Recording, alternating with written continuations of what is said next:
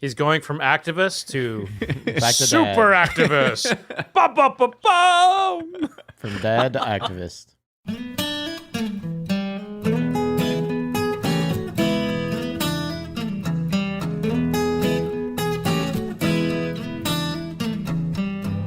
This is Bourbon Pursuit, the official podcast of bourbon, bringing to you the best in news, reviews, and interviews with people making the bourbon whiskey industry happen. And I'm one of your hosts, Kenny Coleman. So refills, counterfeits, and bogus bourbon. That is the unfortunate reality that we live in right now. But only until very recently have we seen distilleries start taking a more aggressive approach to combating some of these efforts. But there's one individual who has stepped up to be known as the person in the community when it comes down to hunting down scammers, and that's Adam Herz. Adam calls himself a whiskey watchdog, and he got into the habit of tracking down fakes years ago. But it's not just Adam. He works with a team of people, and they figure out where bottles, foils, and sales originate to bring justice to the bourbon world. Adam's been featured on Inside Edition, and he was also responsible for tracking down employees at Buffalo Trace who were involved in a massive counterfeit ring at one point. He gives us some insight into his process and even some red flags to look for if you're out there wanting to buy a highly desirable bottle on the secondary market. But here's also another fun fact about Adam. He's also the creator of the American Pie film series. So, what bourbon would you pair with apple pie? With that, enjoy today's episode. And now here's Fred Minnick with Above the Char. I'm Fred Minnick, and this is Above the Char.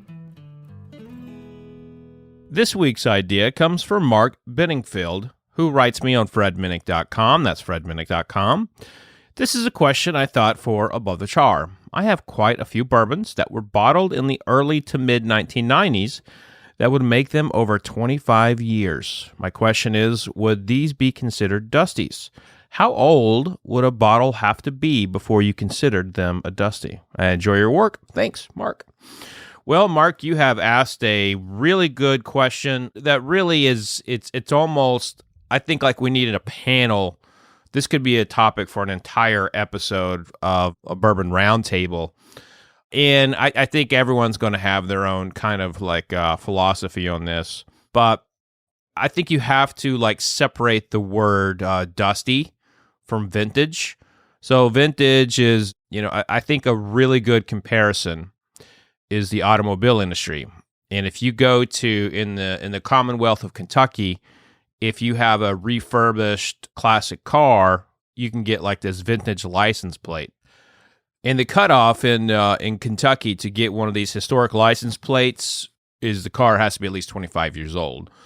So if we are going to grant like an official, state document on what is considered vintage or historic for something that everybody uses, which is an automobile, I'm okay with saying that a dusty can be 25 years old. That being said, I personally feel like, the 90s, I that was when I went to college. It's when I graduated high school. It just feels too close to be a dusty. But if you think about it, those are historic, iconic whiskeys that really are dusty. So in other words, Mark, your question has made me realize how old I am, which, by the way, I'm 43. I'm starting to eat my vegetables more. Soon I'll be having tapioca pudding while watching Matlock. But this segment's not about my mortality. It's about what Mark wanted to know, which is, what is a dusty? My go-to here on this is like, what would a state official consider a classic car or a vintage car? And I think when it comes to the life of something, an automobile is far more difficult to keep than a bottle of whiskey. So I think that's a pretty good comparison. So I will go with 25 years. But that's going to do it for this week, folks. Be safe out there. And if you want to be like Mark, hit me up on fredminnick.com. That's fredminnick.com. Click the contact button and let me know your question. If I like it, I'll read it on the air. Until next week, cheers. From their bar to yours, Chad and Sarah of the popular YouTube channel It's Bourbon Night bring you their favorite at-home old-fashioned mix with the new Elemental Elixir's Golden Hour Syrup. It's a custom-made syrup with notes of bold black tea, warm spices, and orange zest, All you need is your favorite whiskey and ice. No bitters needed. One bottle makes 16 drinks, so that's only $1 a cocktail before you add your own whiskey. They can also be enjoyed in other cocktails or spirits, mocktails, coffee, tea, and anything you can think of. It's crafted locally in Lexington, Kentucky, and you can get your bottle now at whiskeyambitions.com.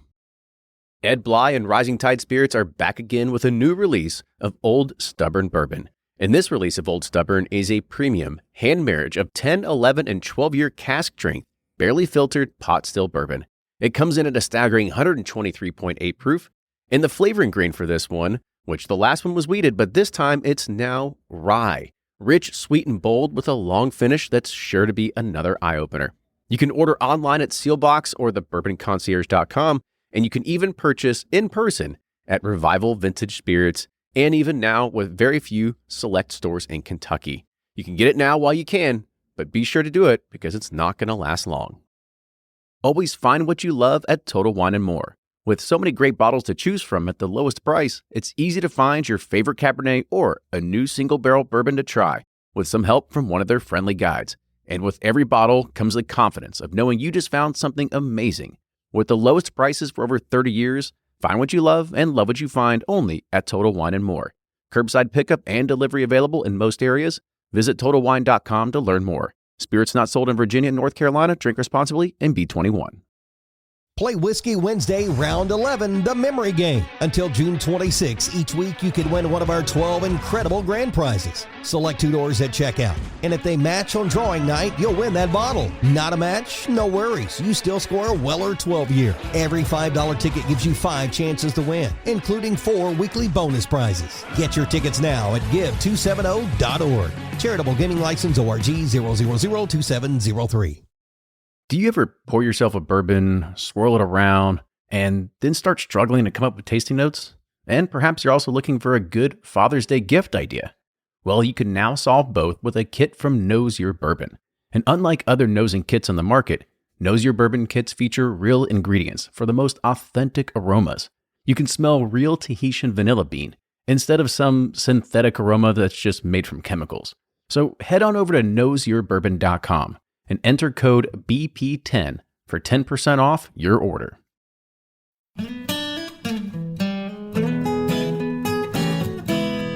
Welcome, everybody, to another episode of Bourbon Pursuit, the official podcast of bourbon. Today's episode is going to be a great one. We've got the whole team here today, and we are talking about something that has run rampant with inside of secondary markets, online trading forums, and that is looking for fake bottles of booze. Now, I know that our guest today is probably what you would call the superhero of the community. He's done a lot of digging into everything, and we'll definitely talk about more of that as well. But, Ryan and Fred, before we get into this, I want to kind of look at you all too. I know, Fred, you've been around this quite a lot longer than we have. The rise of just fraudulent bottles on the market. I mean, kind of talk about really, when did you start seeing this become a huge issue? I look at it historically is like anytime there is like a rise in bourbon, there have been counterfeit bottles, and it's typically been in moments of bootleggers being a part of it. And when we first saw this kind of like surfacing in like some of the Facebook forums early on, I remember like it kind of hit right around the same time as Pappygate, so it was kind of a lot of things kind of hit, between like, I would say 2010 and 2016. And Scotch, there was always a little bit of a presence, but it really hadn't hit in American whiskey.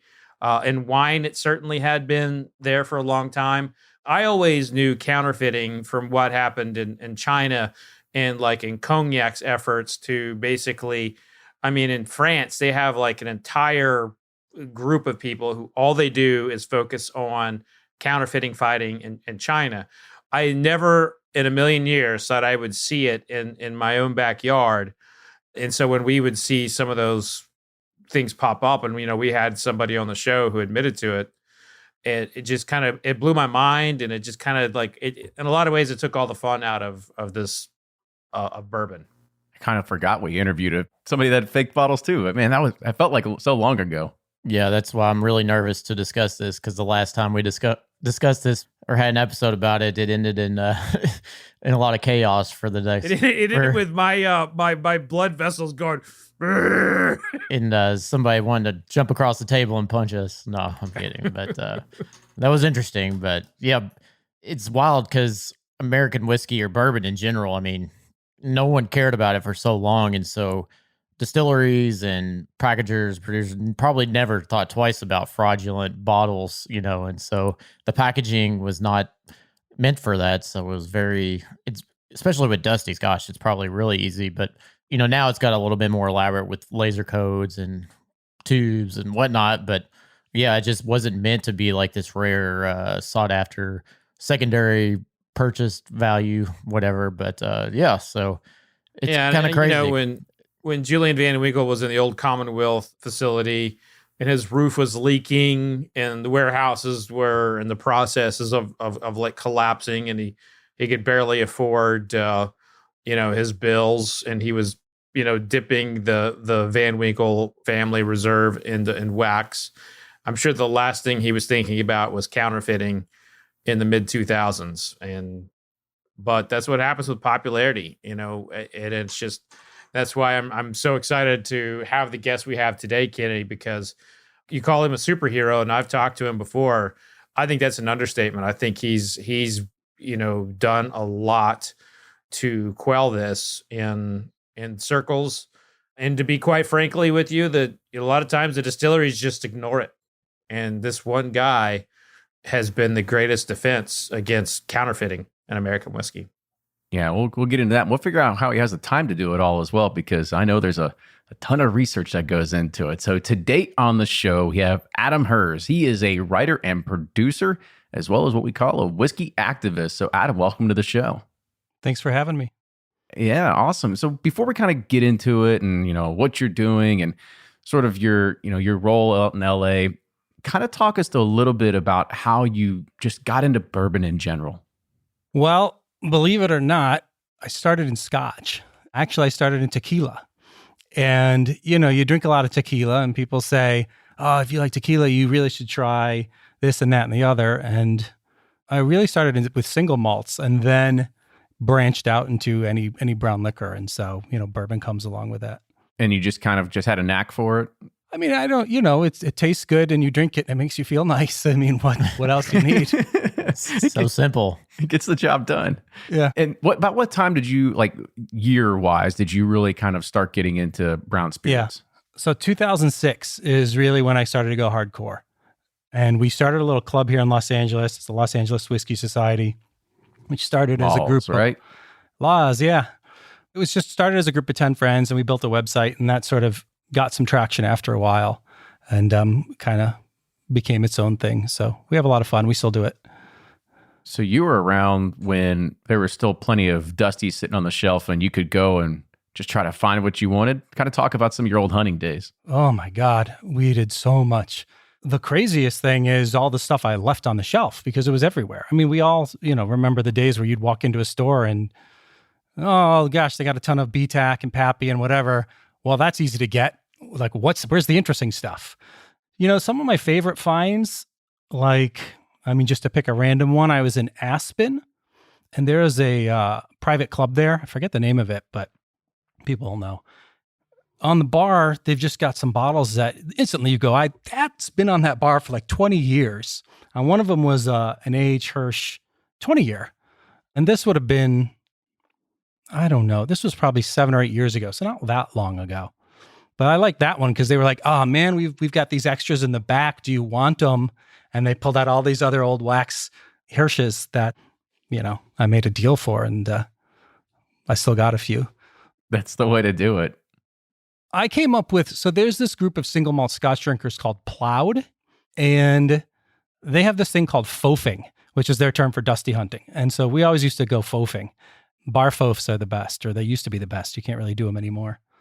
But people would have all this old stock. What does foaf stand mean? Yeah. It started, so they have this yearly meeting in Vegas and tip each other off on like, oh, there's this store, wherever off the strip they've got whatever, go buy it.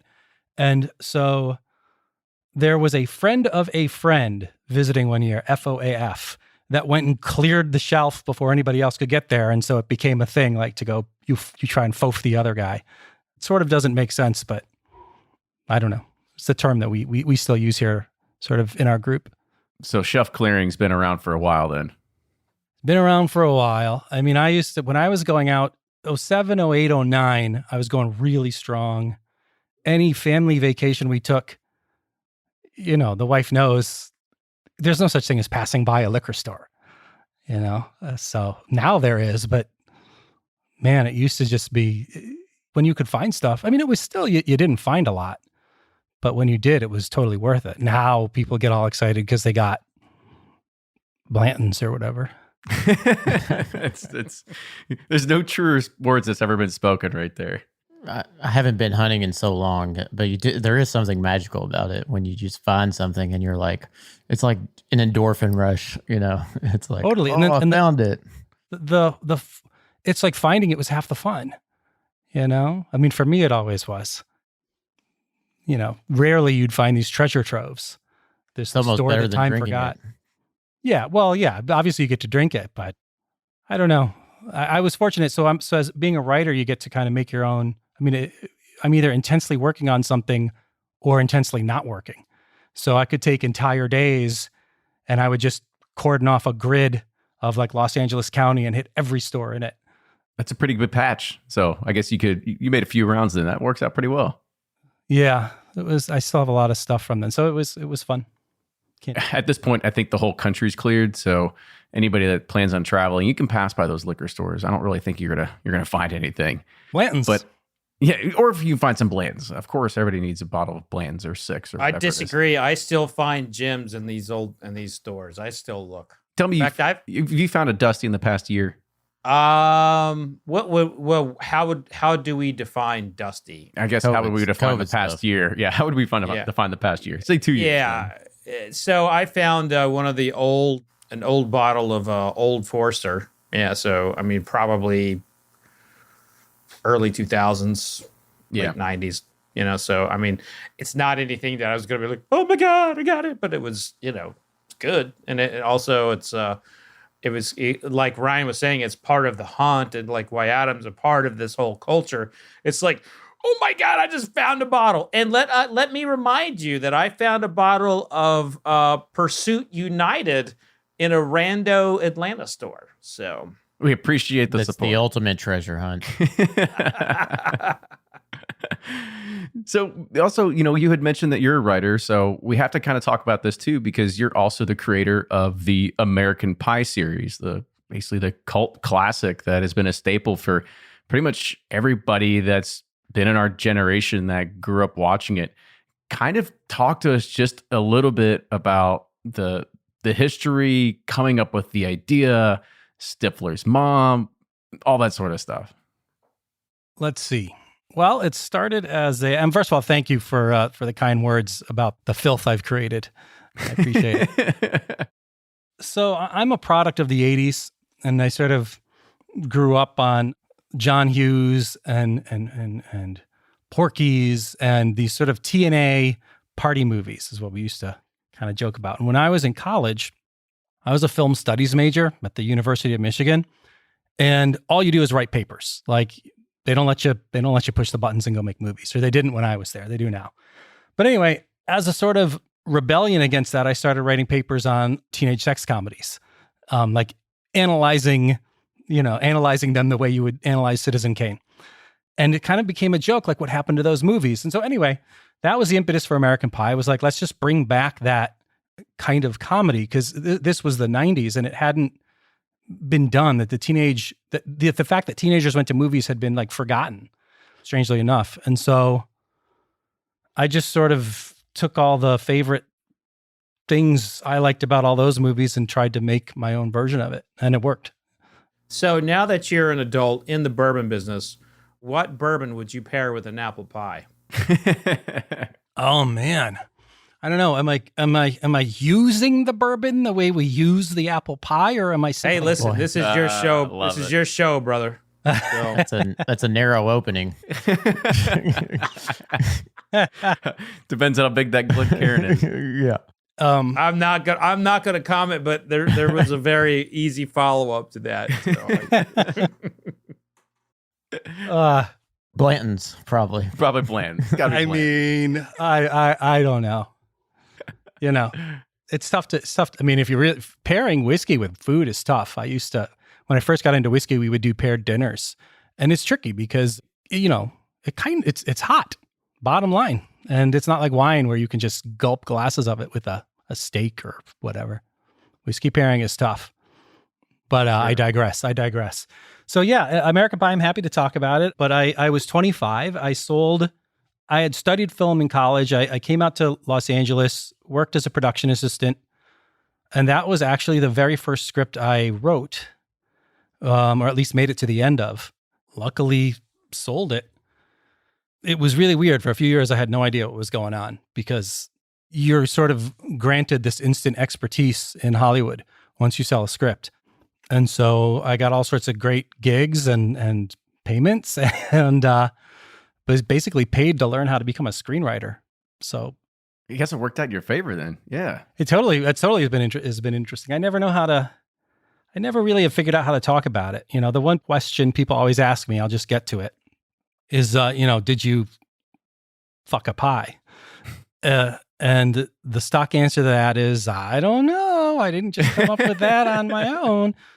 But I mean, no. But I learned the hard way. People don't want to hear that I made it up. So yeah, I dozens of them. I love it. I'd love to get in the mind of this and kind of figure out where all the dirt comes from. Because I mean, if you just think about it, like there's just so many iconic things that came out of that movie that we still. I mean, anytime it ever says the word band camp, what's the one thing that comes to your mind? Yep, I mean, flute. Right? Yeah, the flute. It's the one thing that comes to mind. I mean, it's just one of those things that even today, 20 something years later, this is still what we talk about, what we think about. And you see the actors and actresses from that, and that's all you see is the scenes that are like burned in our head. I can't think of the guy's name, but he's in Schitt's Creek. I still think about like how he used to just walk in on his son in the middle of it while he was about to get busy. Yeah, and it's just like how awkward that is. It's just so good. You captured a real beautiful piece of Americana. Of course, you've continued to have a great career, and what you're doing now, I think, is just exceptional. I mean, it's kind of like a philanthropy in some ways to the bourbon business. Yeah, I kind of want to get in that too. So kind of talk about how you saw a need in the market that we needed somebody out there that started wanting to investigate all these bourbon frauds that were happening. It was just happenstance. What happened with Laws, with our little LA club here, is we started sort of finding various old bottles and trying to figure out how to, like everybody, when was this bottled? What's the story here? What's going on? And this was, in 2006 to 2010, there just wasn't a lot of whiskey information online. And so we started doing a lot of original research.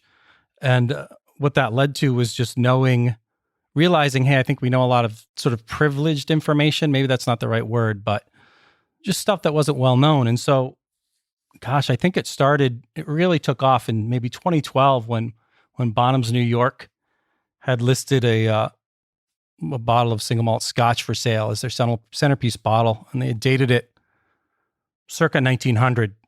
And this is so obvious now, but you look at the photo and everybody kind of knows now there's this glass embossing that says federal law forbids sale or reuse of this bottle, blah, blah, blah, blah, blah.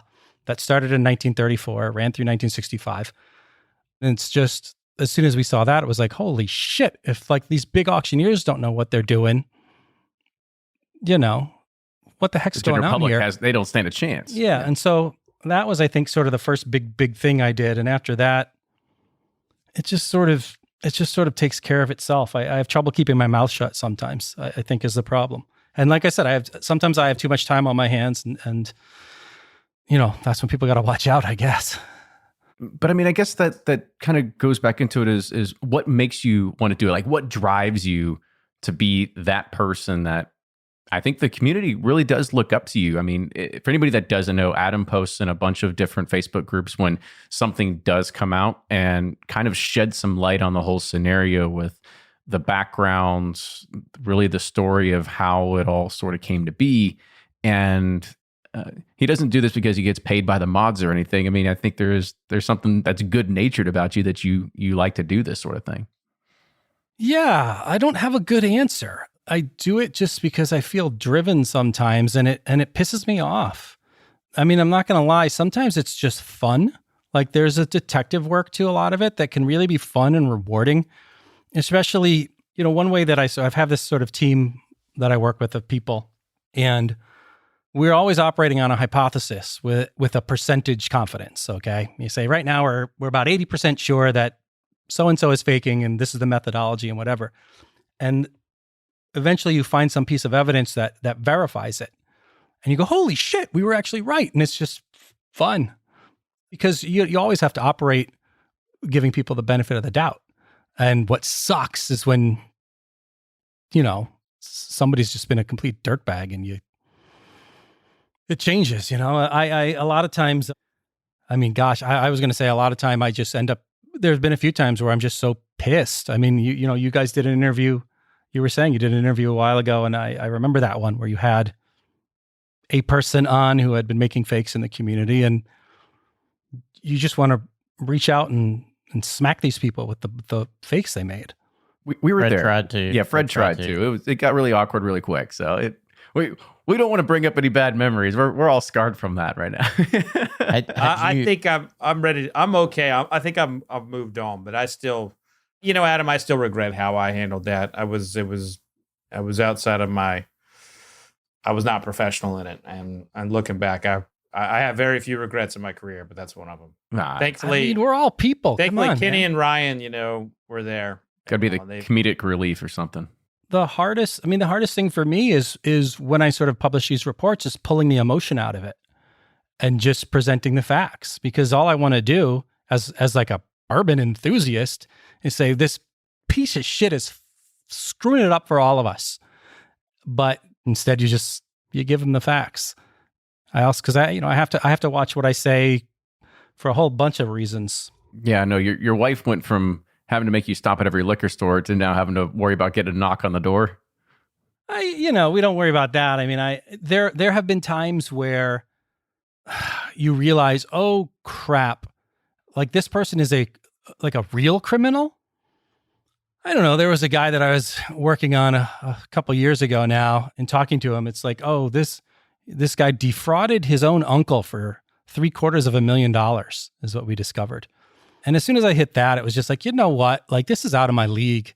Like, this is FBI stuff. Like this, it's not fun anymore when it's not, fun is the wrong word, but there's a lot of times it's these suburban dads that are counterfeiting, strangely enough. Like you've got sort of the pros and then the guys that sort of fall into it to make a car payment or whatever.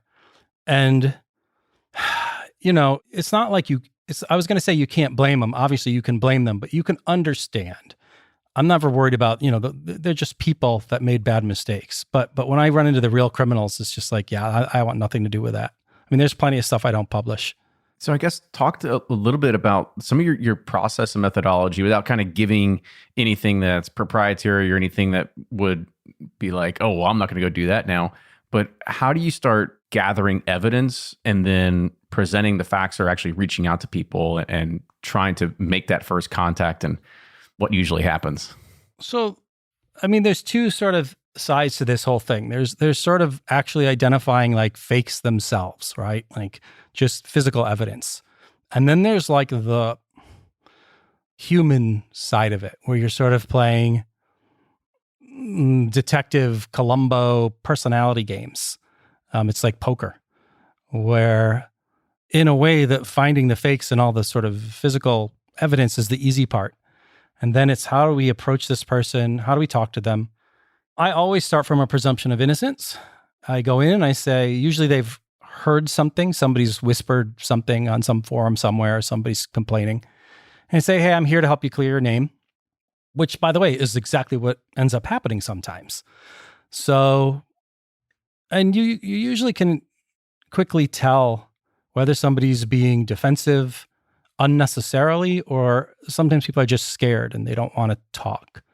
But before then, though, like how are you finding some of the evidence? Is it usually, I mean, are you keeping like a database of Pappy Van Winkle bottles that are sold on eBay, or is it just something that just comes to the community and you're there to kind of be the middle person? So the Pappy Van Winkle thing, yes, there's a database, but obviously it can't have every empty ever sold. So there's tons that's not going to be on it. Usually it's probably 50-50, where sometimes I see something. It might even be more than 50% of the time I get a tip. Sometimes it's somebody has done the legwork and says, I'm pretty sure this bottle somebody's selling in wherever they're selling it. I think this is the empty bottle that was sold 3 weeks ago on eBay. And they'll send it to me and I'll start sort of a deep dive. You want to talk about how to spot fakes?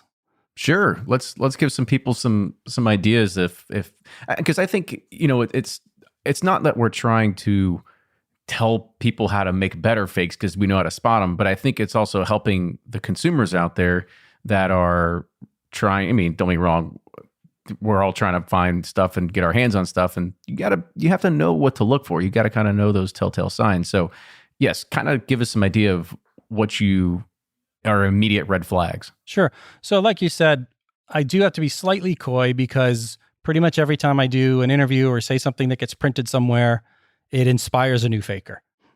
So we have to sort of walk the tightrope between vigilance and inspiring too many new criminals. So with sort of spotting fakes, one thing I like to say is it's sometimes it's an easier question to answer by starting to talk about what not to look for. I get tons and tons of people contacting me or flagging me in some post somewhere saying, hey, you look at this bottle. This is obviously fake. It's got a smeared laser code. Or look at the label. It's wrinkled. Or there's double foil is a common one, right? And the double foil one's a good example because you got to think about these mass production bottling lines. Sooner or later, they're going to stick two foils onto a bottle by mistake. But why would a faker ever do that? Nobody that's spending time making fakes is going to perfectly replicate a bottle, but not be able to do a laser code that isn't smeared. Or they're going to, so sort of the first way to approach it is to think like a faker.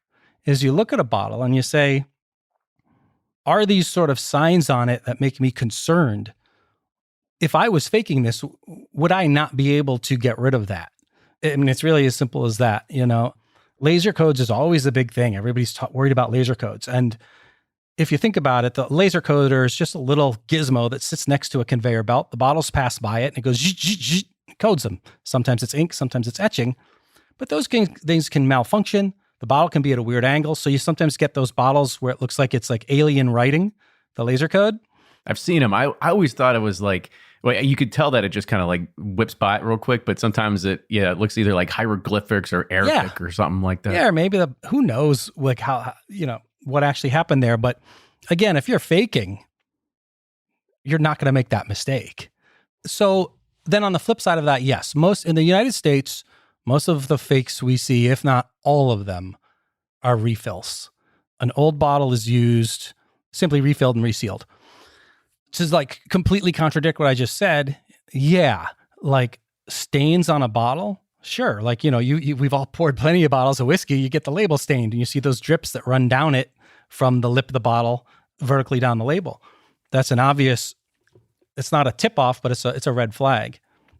And you just you have to really know, what am I supposed to see? And the great thing, Google's your friend. Any bottle that you're suspicious about, there's going to be hundreds of pictures of what it's supposed to look like on Google. And it's really just as basic as comparing. I mean, when you look at the refills, is one of the biggest problems we see today is just plain old clear PVC, because I know that you found people that are just like refilling bottles of Rock Hill Farms.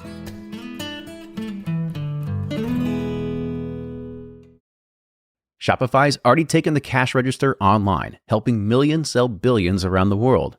But did you know that Shopify can do the same thing at your retail store? Give your point of sale system a serious upgrade with Shopify. Shopify's point of sale is your command center for your retail store. From accepting payments to managing inventory, Shopify has everything you need to sell in person.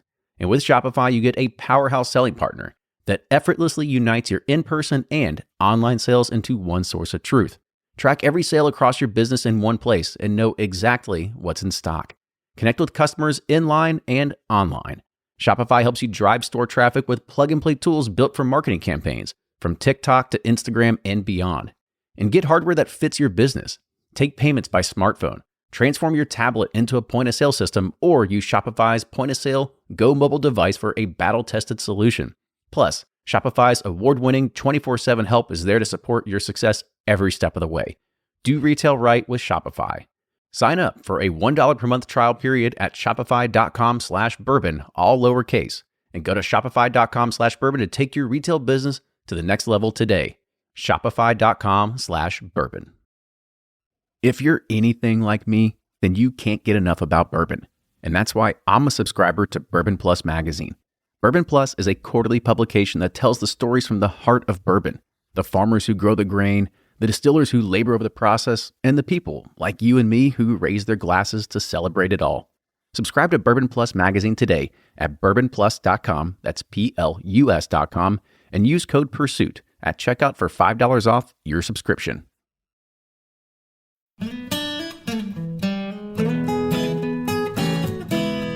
When you look at the refills, is one of the biggest problems we see today is just plain old clear PVC, because I know that you found people that are just like refilling bottles of Rock Hill Farms, and even I think it was like Four Roses small batch limited edition. Like they didn't have special parafilm or special film; it was just plastic seals. Yeah, so this is one of the things I don't like to talk about, but yet it's so apparently it's so damn obvious. Like this stuff is filled with stuff that you can buy. It's cheap. It's just cheap, and it comes in giant packs. And yeah, of course anybody can do it. It's ridiculous how easy it is. As a matter of fact, last time I said this, I believe the gentleman that we were alluding to earlier, I found his first purchase of a Four Roses bottle a couple days after I did an interview saying these clear cellophane bottles are the easiest to fake. Well, there you go. But yeah, wax, obviously. The nice thing about wax is it's hard to do well, and fakers tend to be stupid and impatient. And that's one way to put it. We'll take it. I mean, come on. So what's easier to fake, an older bottle or a newer one? Or what's more obvious to tell that's fake? Again? I mean, the thing to look at it this way is in Europe, there are like whole cloth fakes where, especially with Scotch, where somebody is from the ground up built something, right? They've made the labels, they've blah, blah, blah. Here we're dealing with refills. So it all comes down to the seal. It's not sophisticated. It's just, I don't know, look at all the bottles sitting behind Fred there. I mean, what would be easiest to reseal? I mean, I don't want to say one's easier than the other, but I mean, if all you need is some plastic and a heat gun, come on. Wax is messy. You gotta know how it's supposed to look. You gotta get the temperature right. There's a whole lot of stuff that goes into it. Foiled bottles are the really pro level stuff. Pappy Van Winkle, we see a lot of fakes of, but it's a totally different level because these guys have professional equipment, and as best as we can tell, they're just stealing foils or bribing somebody to get the real deal. And if you have that, it's 30 seconds a bottle. I mean, it's just simple. It's going to take you longer to use the plastic stuff. Yeah, I want to kind of touch on that one in a minute, but just to kind of keep this storyline going. So after you collect the data and you reach out to them and you say, well, we're going to try to help prove your innocence. How long does it take them to, I mean, oddly enough, I'm guessing most times you kind of catch somebody flat-footed. How often do they dig themselves into a hole that they just end up blocking you? Always. Literally 1,000%. always. Anybody that's guilty will always dig themselves into a hole. They all think they're really smart and they have these wonderful excuses that you can tell they've been doing this for a while. So at some point they've been worried about getting caught and they've got their excuses ready to go and now they're ready to deploy them. But it's really like watching, I mean, I'll tell you exactly what it's like is I have a 8-year-old and a 12-year-old and I've been teaching them poker. And to watch them bluff, you're like, oh, that's you're so adorable. Bad. You're terrible. You're terrible at this cute. game. That's so cute. And these counterfeiters are all the same, where you're like, oh, it's that cute excuse again. Like, and I'm usually Facebook messaging with them because I want it all written down. I don't want any phone calls where there can be he said, she said. And I'll let them dig their hole. And then you just have to say, well, you said this above, but then you said this. They haven't thought their stories through. It's just like a terrible bluff. And it's embarrassing to watch. It was years ago, like I sort of read, I don't know, the stuff that they train police with on like how to interrogate people. And so it was fun the first few times, but now it's just like disheartening. Or that you've gotten good at it. It's one or the other. Have you ever thought about like involving, officials in this sort of thing? Yes. It's delicate because we're dealing with the gray market in most of America. But I have worked, in Arizona, there was a very large collection stolen that I helped recover. We set up a sting there with the local police. There were like arrests and SWAT teams, and it was kind of crazy. I'll probably issue a report on that soon. Sounds like a movie theme right there. I'd start writing down. Yeah. Be the next Netflix documentary. But that's pretty rare. The only time I usually talk to police is there are people on my team that are in law enforcement that can, what's the word I want to use? Provide privileged information. And the other thing is, there's a lot of cops that are buying, selling, and trading whiskey. So, they're like the rest of us. Oh, yeah. That's Do true. they take you seriously? They're like, okay, this is something we should pursue. Is it like worth their time, or are they just just deal with it yourself? I have never, ever spoken to law enforcement about fakers. I've spoken to, Buffalo Trace has their private investigators that sometimes I talk to, but how do I put this? Kentucky has its own ways of operating, and I do not think a lot will be done there about counterfeiting for reasons I really couldn't comment on. All right, well, we'll get to that in a minute. Now, I think one thing that we had also kind of alluded to there a second ago is that you had also helped uncover a pretty large counterfeit ring that was dealing with refilled bottles of Pappy Van Winkle that pointed back to an employee that was working at Buffalo Trace that had access to the foils. Kind of talk about that story a little bit, because I think that was one that really shed a light on how bad this has gotten, that just people inside the walls there are now contributing to this more and more. Okay.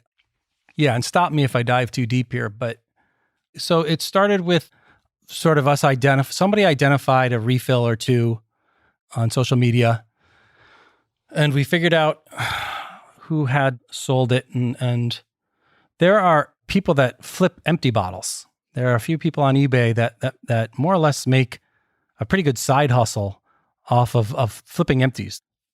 I ended up sort of talking with one of those people, and some information from that led us to a name. As soon as this person said, well, there's this guy at Buffalo Trace that buys empties from me, but he just, there was some weird excuse, like he sends them to China where they're worth a lot more, or something weird. Like, yeah, of course, like empty bottles are worth a lot more wherever the hell they, like, no, that's not, it made no sense. But the name he mentioned was a name that I had heard pop up here and there for a few years. People were there were rumors about this person. And so as soon as I heard that, it was like, oh, okay. Well, now I got to call that guy. And I introduced myself. I think I started over text. I send them a long text. And usually when I'm talking to anybody that, I call it an interview. I just want to talk to you. I just have some questions. I'm not saying you did anything, and let's clear your name if people are accusing you. And I try to explain who I am without sounding like a total jackass, because it's like, I'm a whiskey watchdog. I'm a whiskey. It's embarrassing. So see, you figured out your title right there. We should have called you that from the beginning. It was whiskey watchdog. Whiskey watchdog. Yeah. That's usually the term I use. I'll say I'm sort of a whiskey watchdog for lack of a less silly term. Is sort of the phrase I'll say a lot. So he says, yeah, sure, give me a call, I'll talk to you. And instantly I had 2 phone calls with them. And the first phone call, I just let them bullshit the whole time. You want to hear the stories these people have to say because there's always kernels of truth in them that will, lead you to more good stuff.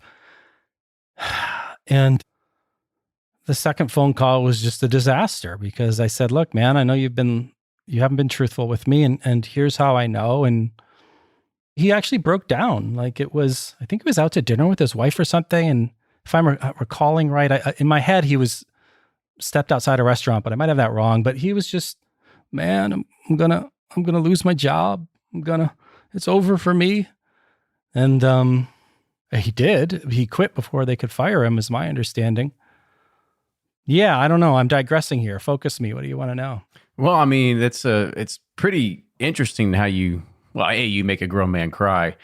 But when you go this deep and you find out about all this stuff and you had this report, did you hand it over to Buffalo Trace and say, hey, thank you. Yes.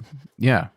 So I did contact them in advance of that saying, I think that was probably the start of my relationship with them, saying, hey, look, we've discovered one of your employees selling fakes. Like he's really heavily involved. What do you want to do? Because I'm not out to embarrass them or anything like that. The opposite would really be ideal where everybody cooperates, meaning collectors and the distillers. And I had a very long call with an executive there. And I don't want to say too much because I think they could be doing a lot more then. They could be doing a lot more now.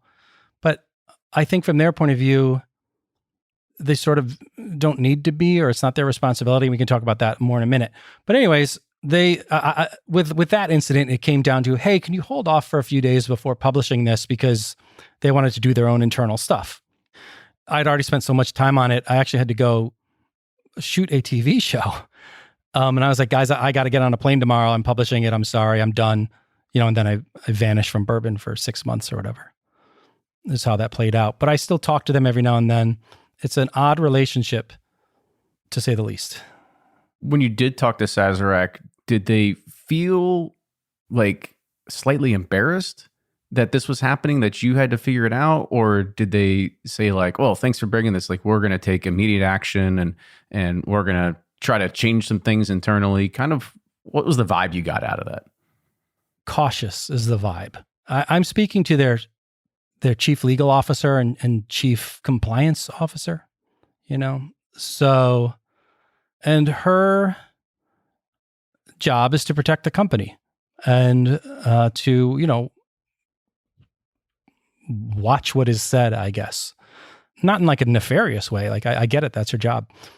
The impression I get is that they know something should be done and could be done. And I am occasionally told, hey, we're getting ready to implement something. And that happens enough that either they've implemented something and nobody knows about it and it's useful to nobody, or they haven't. Yeah. So it's a lot of open-ended sort of, we'll get there, but we're not there kind of thing yet. Yeah. Do you think it's their responsibility? Look, I think it's really easy to not seal your product up with something that anybody can buy and do themselves. It's not that much more expensive to get custom wrap made or whatever. So, do they have a responsibility? I think given where Bourbon is now, yeah, I think they do.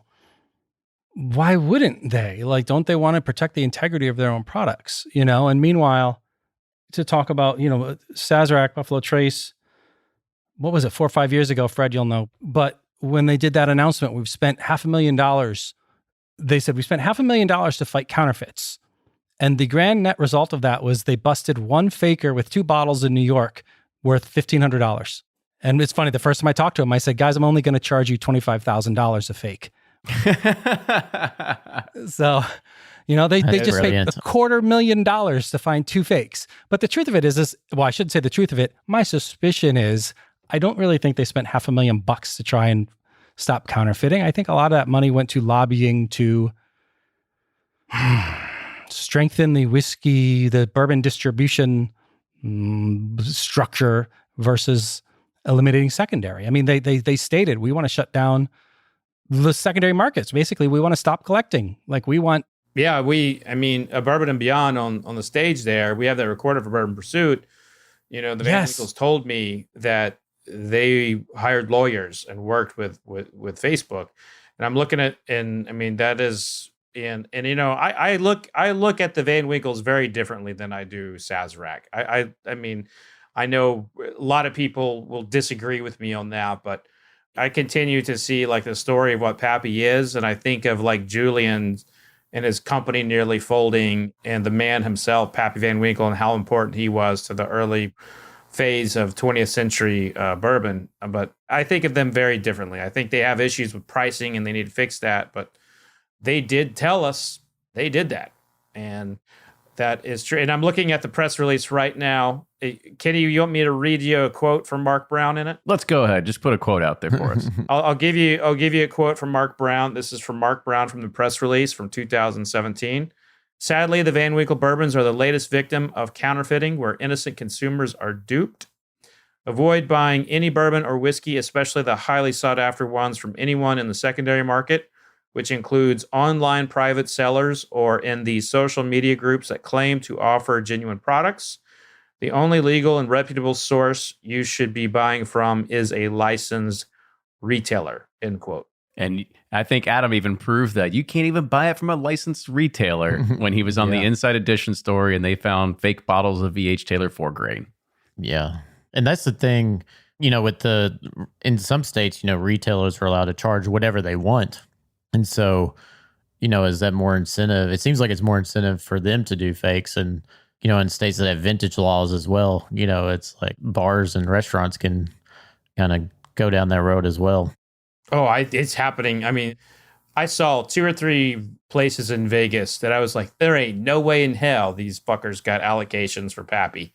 And they had bottles right there. And there's definitely not the kind of place that would have them. And even Preston Van Winkle has stated, that they've been out and they've ordered what looked like Pappy. They bought it and tasted it like, this is not Pappy. And then the person could be like, yeah, it is. We got it. And he's like, I'm Preston Van Winkle. That's not Pappy. So I wish I could throw down a name like that and go to a bar and be like, look at my credit card. But the refills in the restaurant scene is probably awful. Right. And that's a whole nother ball of wax, Adam. Yeah, no, that's I've episode seen 2. Yeah, that's part 2. Yeah, we'll do that on a part 2 sometime. Dear God.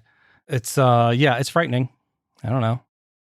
It is. But Adam, I do want to say this was awesome to have you kind of come on the show and give us some of the insight into what you do. And I'm glad we kind of led to that at the end, because I also wanted to just give people an idea of, if you want to go see some more of Adam, there was a great story on Inside Edition where he had helped uncover some fakes of E.H. Taylor 4 grain and all this other kind of stuff too. And he was definitely a highlight on there that also shed some more light on bourbon and really what you do. So before we kind of end it, I do want to say thank you so much, not for just being on the show, but for everything that you do for the bourbon community. Like I said, you're a community superhero when it comes down to this. And thank God you got enough time, because everybody waits on the edge of their seat once one of those Facebook groups and people start throwing pitchforks, and it's like, okay, hold on, let Adam do his work, and then we'll all come back and have a unruly discussion after that. But it is definitely one of those things that, you definitely have a way of making sure that you take a little bit of the emotion out of it, but you present everything as it is, and you let people sort of decide for themselves. And it, like I said, it's just great from a community standpoint. There's somebody there to kind of take on that role, knowing that the larger distillers that are really the ones to probably be pointing the finger at are not doing this. So again, thank you so much for doing that. Well, thank you for having me. And again, thank you for the kind words. I mean, by the way, anybody listening to this, if you want to take the reins, like, please, this is like, I'm getting tired of it. It's a lot of work. Yeah, you got to keep your own legal counsel, don't you?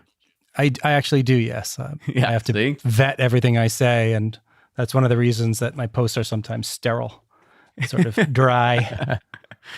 Well, one day we're going to throw some of that American Pie humor into the post and really throw people for a loop. Oh, I wish I could. Yeah. Well, good job. So, Adam, again, thank you so much for doing that. I'm not going to tell you how to get in touch with Adam, but it's not hard to do it if you're on Facebook and you're on the forums. There's some of the open ones where he can post and you'll be able to see really what's happening inside of that world. But the first rule of Fight Club is we're not going to talk about where you find those groups. So you're on your own for that one. Thanks. By the way, I do have a Facebook page. You can just Google me. Oh, there you go. Facebook page for all this. So there you go. Google Adam and you can find him on Facebook. Cool. Well, you can also Google us. You can find us on Facebook, Twitter, TikTok, Instagram, all that sort of stuff. So make sure you follow Bourbon Pursuit. Also make sure you follow our good buddy, Fred Minnick over here on all his YouTube channels and his social channels like that as well. But with that, cheers everybody, and we'll see you all next week.